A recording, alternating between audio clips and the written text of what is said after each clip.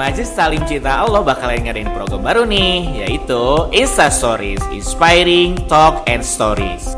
Buat kamu yang pengen tahu tips-tips sukses berbisnis dengan semangat spiritual, so cek YouTube channel Majelis Cinta Allah or Instagram Mata Cinta.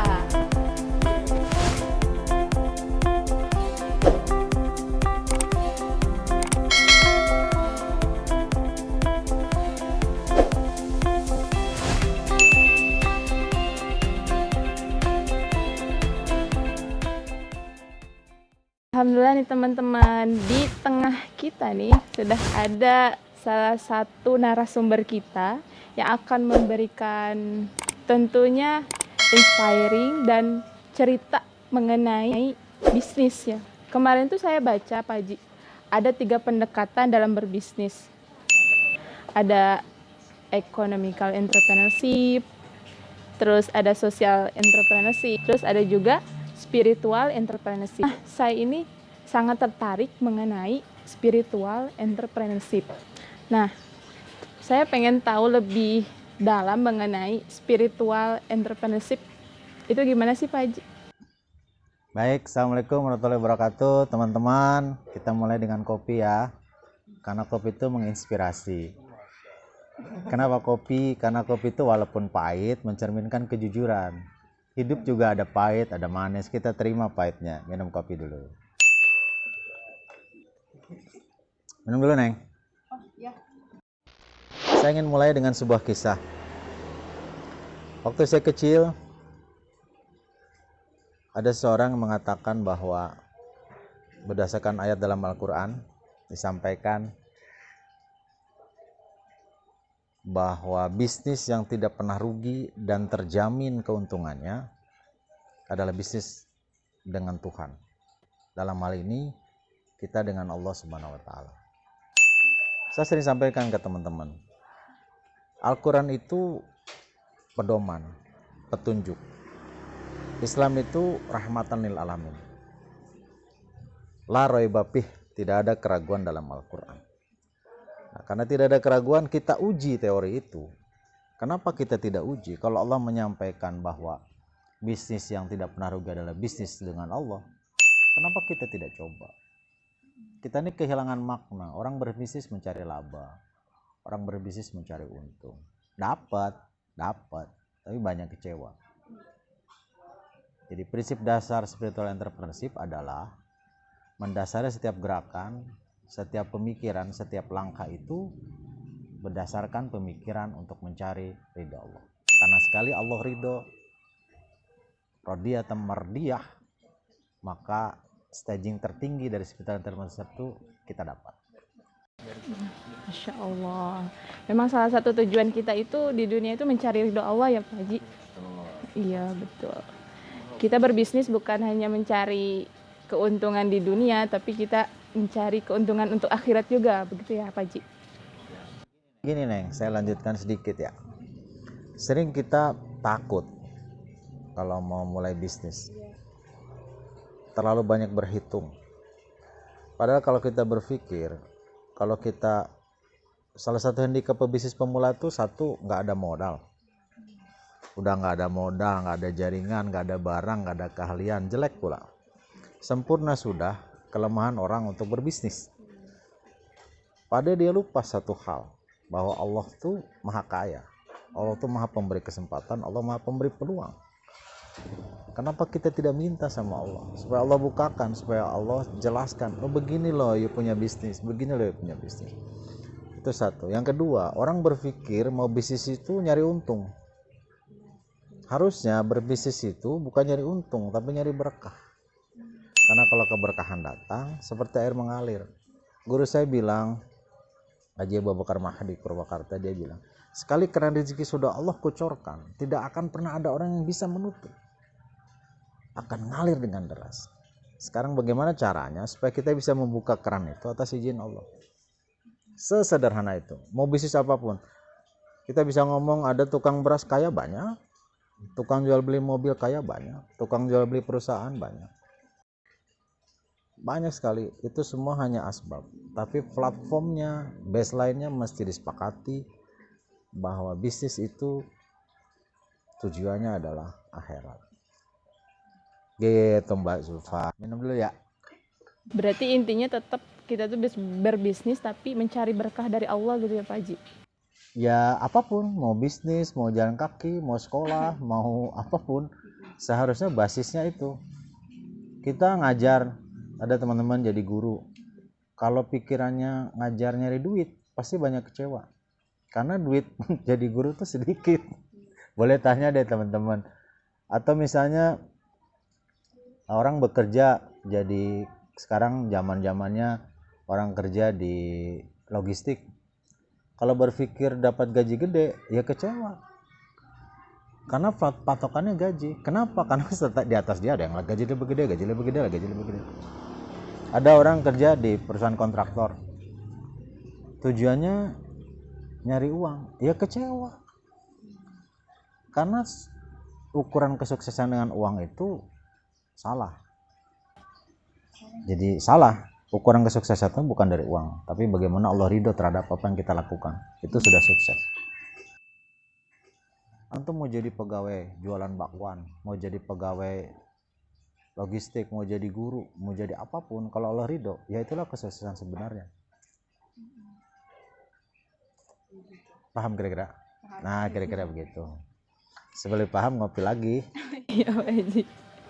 Sebenarnya Pak Haji itu ngawalin bisnis tuh di umur berapa gitu?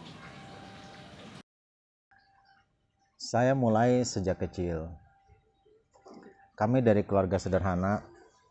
Orang tua saya, ibu saya nggak bisa baca. Akhirnya kami dari keluarga sederhana sejak kecil diajarin untuk mulai berdagang. Rasulullah SAW juga mulai berbisnis dari kecil. Pada umur 9 tahun, dia sudah berdagang antar negara ke negeri Syam, Yaman. Jadi contoh paling pertama yang harus kita ikuti itu Rasul, bukan saya. Jadi kalau ditanya, saya berusaha mengikuti jejak beliau. Rasul itu berbisnis dari sangat kecil, umur 9 tahun sudah antar negara. Mbak Julpa umur 9 tahun bisnis apa? Gak ada. Rasul itu udah ekspor impor antar negara. Bayangkan luar biasanya. Ketika kecil beliau dikenal sebagai Al-Amin. Al-Amin itu orang dipercaya karena jujur dalam berbisnis. Jadi kalau bicara kapan mulai, saya malah nggak tahu. Terus kalau ditanya kapan berakhir, nggak tahu juga. Biarin aja ngalir. Nek jare wong Jawa tuh hidup itu sangkan paran. Sesampainya aja, sampai Allah memanggil kita kembali ya sudah, berarti tugas kita selesai. Gitu Mbak. Nggak ada ujungnya. Till death do us apart kalau istilah orang anak-anak sekarang. Gitu ya. Mas Solehin hafal nggak? Till death do us apart. Sampai kematian memisahkan kita.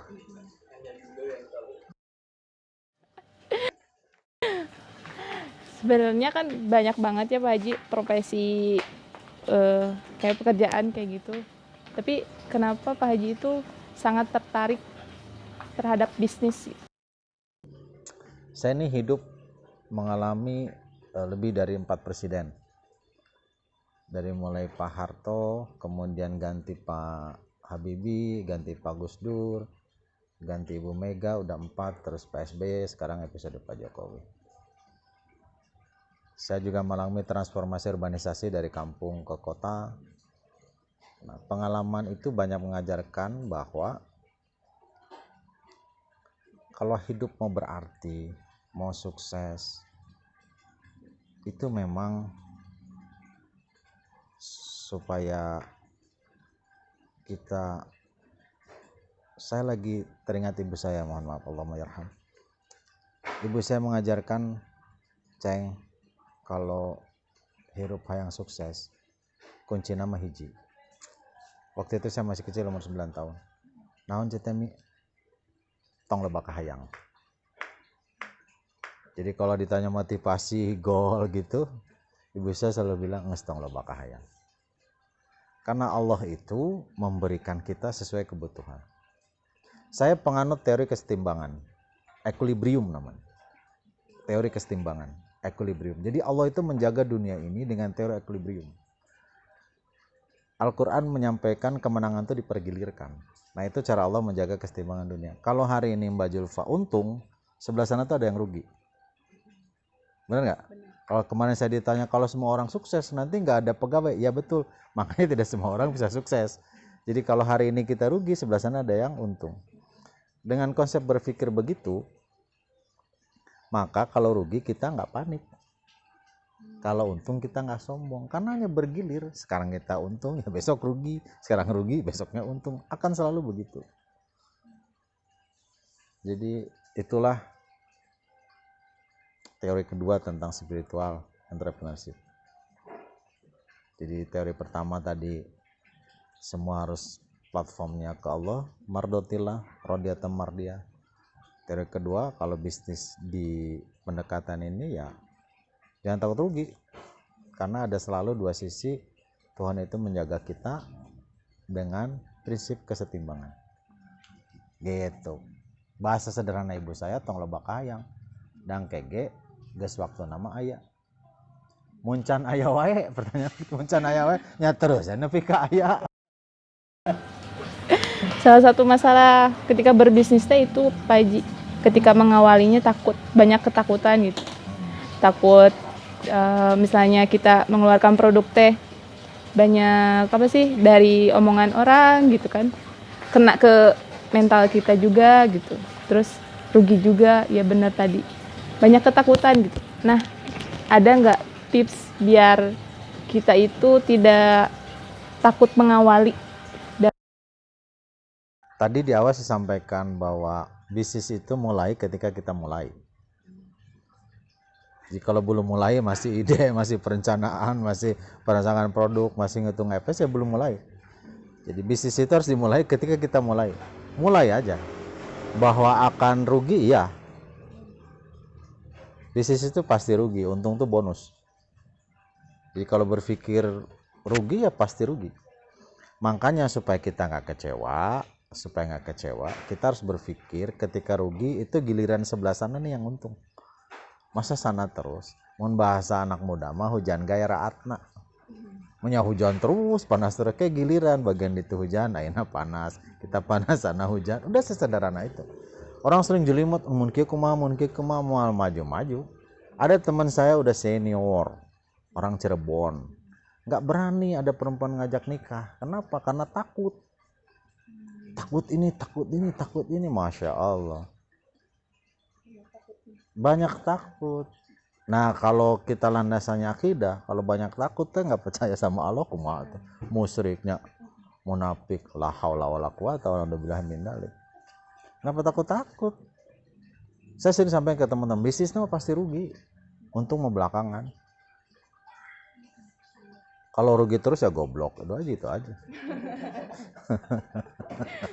Artinya dia nggak berpikir kan, nggak berpikir kenapa sih gue rugi terus gitu. Ada yang salah nggak? Nah yang kedua, kalau mau mulai bisnis jangan baperan. Sering saya bilang ke teman-teman, kalau produknya disebut jelek ya terima, emang jelek kok. Halus dari mana? Bukti nggak laku. Kan kalau kita jualan ke teman, ih mana emang tengenah dahareun teh. Nah orang nguna itu nyana teh SQ mikiran geus lila kemasan halus. Nah kemana mah dia? Nah emang goreng. Halus di mana? Lamun halus mah pasti payu. Gitu aja udah sederhana. Enggak usah baperan. Pebisnis pemula itu takut mulai, kedua baper. Makanya kopi tuh nggak pernah berkhianat, selalu pahit rasanya.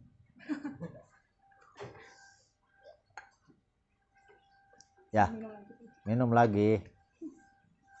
Jadi bagi teman-teman nih, kalau mau bisnis udah jangan banyak pikiran. Kalau kita banyak mikir, susah.